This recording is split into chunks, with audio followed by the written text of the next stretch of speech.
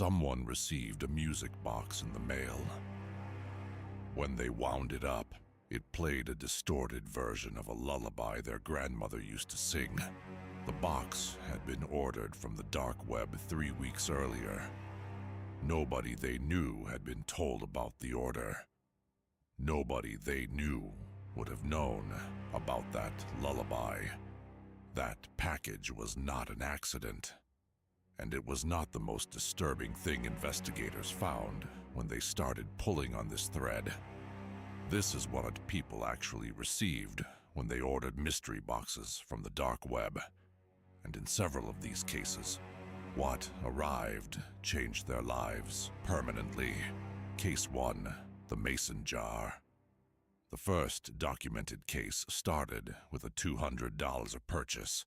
The buyer had seen dark web mystery boxes discussed on forums and ordered what sellers advertised as a curiosity box, vintage items, weird collectibles, something unusual but harmless. What arrived 3 weeks later was a mason jar filled with yellowed liquid. Floating inside were what appeared to be human teeth, 5 of them, roots intact. Attached to the outside of the jar was a handwritten note with a set of coordinates and 4 words. "They're still looking." The buyer contacted local law enforcement. The coordinates led to a rural area in the American Midwest. Investigators found nothing at the location, but the case file documenting the jar and the note remained open. The seller's account had been deleted within 24 hours of the package being delivered. No trace of who sent it, where the teeth came from, or what the note was intended to communicate. The jar was tested. The teeth were human. The DNA profile extracted from them matched no existing missing persons database in the United States or Canada. Whoever those teeth belonged to, officially, nobody is still looking. Case 2, the backpack. The second case involved a buyer who paid $150 for what was listed as a lost and found mystery box. Items supposedly collected from abandoned storage units and unclaimed luggage. What arrived was a single backpack. It was dirty, visibly worn, and had dark, rust-colored stains across the bottom lining. The buyer assumed it was old dirt. When they unzipped the main compartment, they found children's clothing, a broken mobile phone with a cracked screen, and a zippered inner pocket. Inside the inner pocket were Polaroid photographs. The images showed an empty room with restraints bolted to the floor and walls. The restraints were child-sized. The buyer immediately reported the package to law enforcement.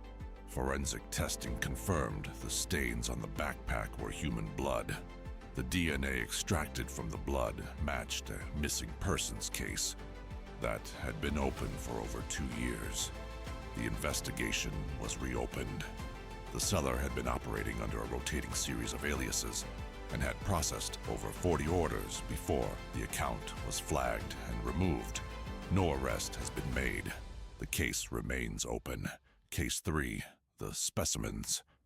A buyer from the Pacific Northwest paid $300 for a box listed as containing rare medical curiosities.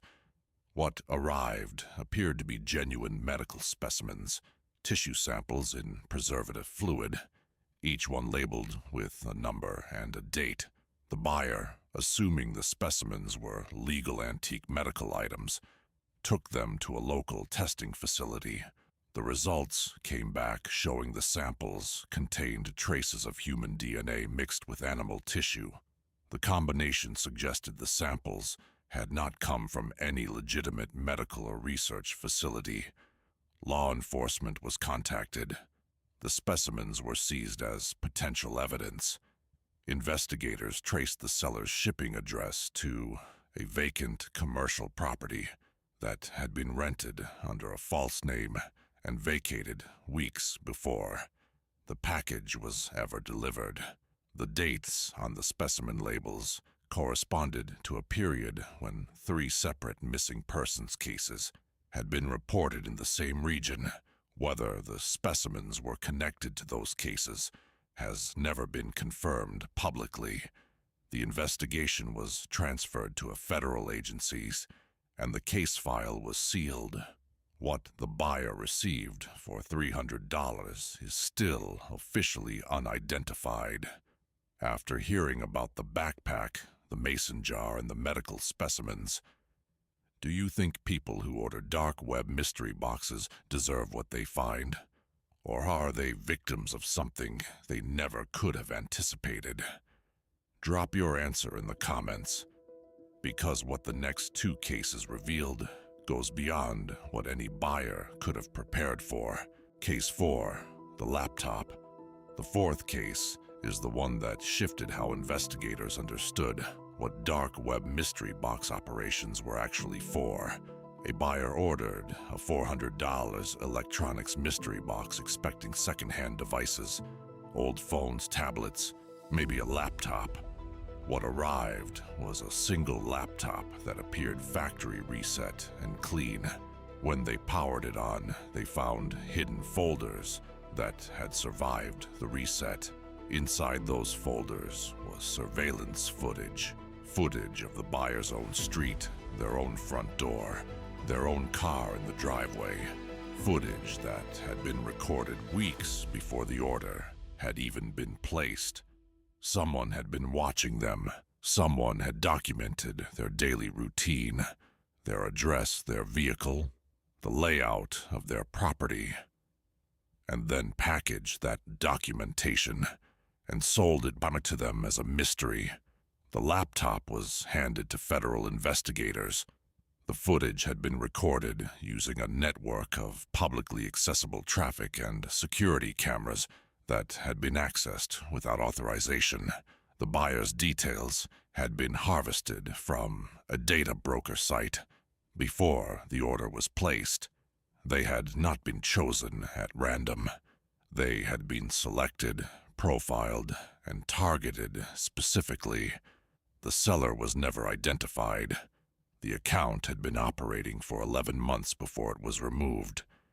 Investigators estimated the seller had processed over 200 orders. How many of those orders contained personalized surveillance content is not publicly known. Case 5, Operation Raptor. What law enforcement discovered when they finally began targeting these operations at scale changed how investigators understood the entire dark web mystery box trade. Operation Raptor, a coordinated international law enforcement action involving authorities from the United States, Europe, and multiple other countries, resulted in over 270 arrests targeting dark web networks, trafficking drugs, weapons, and counterfeit goods. But buried in the seizure reports were references to what investigators called anomalous package contents, items found among seized inventory that did not fit any of the standard categories these operations targeted. Items consistent with what buyers in the previous 4 cases had described receiving: teeth, biological specimens, personal documentation, surveillance materials. The scale of what it had been operating beneath the surface of the mystery box trade became clear when investigators analyzed seized seller databases. These were not random operations run by isolated individuals. They were coordinated networks with shipping infrastructure, customer databases, and documented targeting strategies. Several buyers had unknowingly received packages containing materials linked to unsolved violent crimes. By accepting delivery, they had become custodians of evidence they had no idea they were holding. Some had destroyed the contents before reporting anything to authorities, which placed them in a legal position they had never anticipated when they placed an order. The sellers had understood this dynamic completely. The legal trap was not accidental. It was the product. Operation Raptor removed hundreds of dark web vendors from operation. But the infrastructure that enabled mystery box operations, the cryptocurrency payment systems, the anonymous shipping networks, the rotating alias structures, remains largely intact. New sellers appear within days of old ones being removed. The packages keep moving. 5 cases. 5 packages that arrived at real addresses, opened by real people who had no idea what they were agreeing to when they placed the order. The music box playing the grandmother's lullaby. The mason jar with coordinates nobody followed. The backpack with a blood stain that matched an open missing persons case. The medical specimens that came from nowhere official. The laptop that already knew where you lived. The dark web mystery box trade is not about selling curiosities. It never was. What it is actually about, what these 5 cases together suggest, is a system designed to find people willing to open a box without knowing what's inside, and then use that willingness against them. Subscribe. The next investigation is already open.